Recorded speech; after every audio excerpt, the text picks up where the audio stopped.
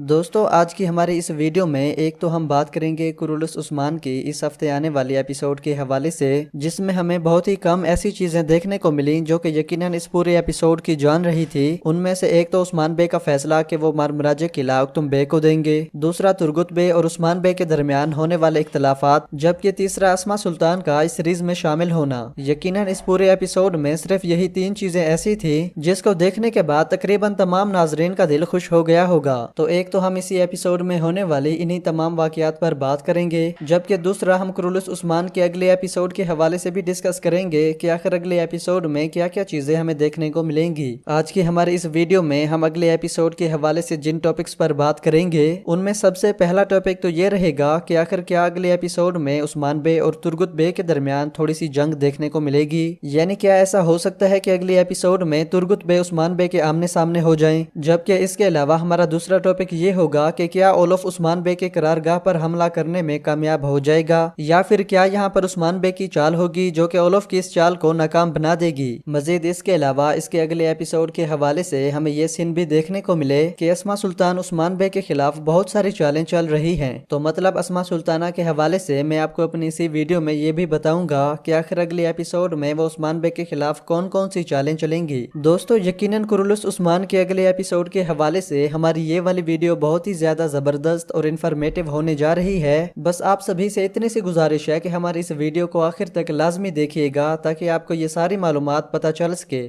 اگر سب سے پہلے ہم بات کریں کرولس عثمان کے اس پچھلے ایپیسوڈ میں ہونے والی تھوڑی سی چیزوں کے حوالے سے، تو تقریباً کرولس عثمان کا یہ ایپیسوڈ 105 کا تقریباً پہلا آدھا حصہ تو بورنگ رہا، لیکن جس سین سے عثمان بے مارمراجے قلعے کی حکمرانی کا فیصلہ کرتے ہیں تو بالکل اسی جگہ سے ایپیسوڈ بہت ہی زیادہ زبردست ہونے لگتا ہے۔ مطلب عثمان بے کے اس فیصلے سے ترگت بے کو بہت برا لگتا ہے کہ یہ فیصلہ تقریباً عثمان بے نے غلط کیا ہے۔ بالکل اسی وجہ سے ترگت بے عثمان بے سے ناراض ہو کر اپنے قبیلے میں واپس چلے جاتے ہیں، لیکن ترگت بے کی اس حرکت کو بائندر بے سمجھ جاتے ہیں کہ ترگت بے یقیناً عثمان بے سے باغی ہو جائیں گے۔ ہمارے اس ویڈیو کے آخر میں ہم ترگت بے، بائندر بے جبکہ عثمان بے کے حوالے سے بھی بات کریں گے کہ آخر ان تینوں کے درمیان اگلے آنے والے چند ایپیسوڈز میں کون کون سی چیزیں ہونے جا رہی ہیں۔ جبکہ اس کے علاوہ ہم بات کریں گے اولف کی کہ اس ایپیسوڈ میں ہم نے یہ چیز تو دیکھ لی کہ ایک تو اولف کو بائندر بے کی حمایت مل جاتی ہے، اور اسی ایپیسوڈ سے ہی ہم نے یہ چیز دیکھ لی کہ بائندر بے اولف کو عثمان بے کے خلاف معلومات دینا شروع کر دیتا ہے۔ اس ایپیسوڈ کے آخر میں عثمان بے اولف کے ایک اور بہت ہی قریبی سپاہی کو قتل کرتے ہیں، اور اس کے بعد عثمان بے سیدھا رخ کرتے ہیں یعنی شہر کا، جہاں پر تقریباً اسما سلطان ان کا انتظار کر رہی ہوتی ہیں۔ تو ناظرین عثمان بے کو یعنی شہر میں آنے کے بعد یہ پتہ چلتا ہے کہ ایک تو اسما سلطان یہاں پر تشریف لائی ہیں، جبکہ دوسرا اسما سلطان عثمان بے کے قیدی یعنی کینتا کوزانوس کو رہا کر دیتی ہیں۔ یہ چیز پتہ چلنے کے بعد عثمان بے غصے میں آ کر اسما سلطان کا سامنا کرتے ہیں، جبکہ عثمان بے اسما سلطان کو یہ کہتے ہیں کہ یہاں پر سردار بھی میں ہوں، جبکہ یہاں پر حکم بھی میرا ہوگا۔ ناظرین اس ایپیسوڈ کے سب سے آخر میں ہم نے اسما سلطان اور کینتا کوزانوس کے درمیان ہونے والی باتوں میں یہ سنا